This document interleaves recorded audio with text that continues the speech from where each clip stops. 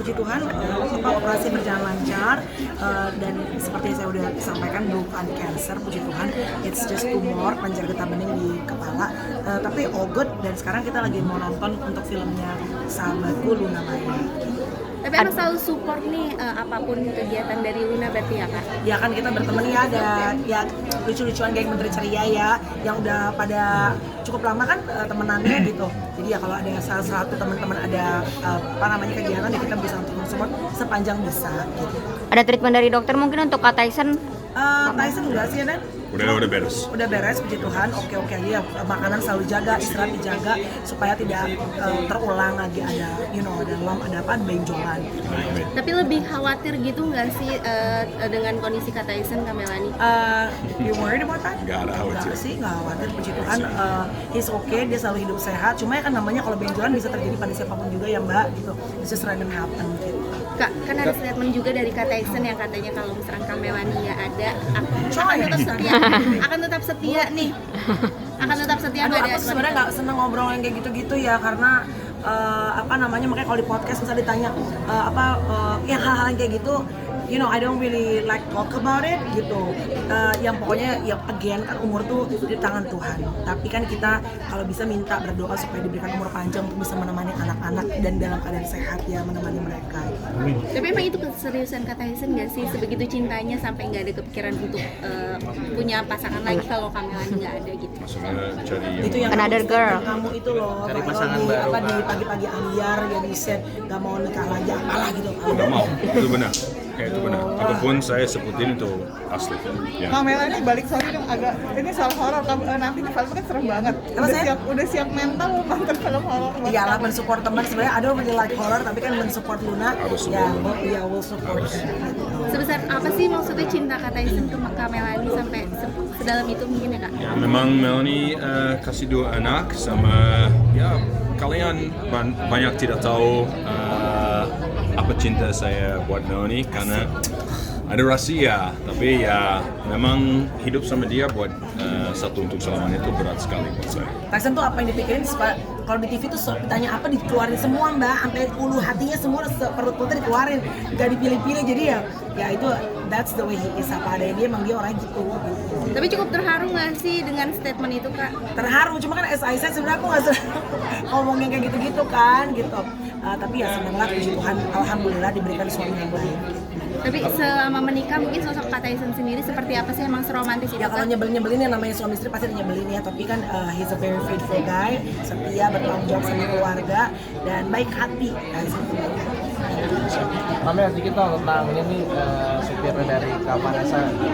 Aduh nggak ngerti Mas kalau gitu ya, maaf ya. Terima Sebagai kasih. sahabat dari Vanessa juga. Nggak tahu, aku nggak mau komentar yang bukan ini. Deh, terima kasih ya. Kamel ada support untuk Kak Nikmir mungkin yang masih lagi rame kan Nikita Kalau Mirzani. Niki kan teman ya, pokoknya kalau buat Ya. Niki apapun yang dilewatin, aku tahu menjadi seorang ibu apalagi single parents it's not easy. Tadi aku baru WhatsApp sama Nikita juga, dan aku juga punya anak.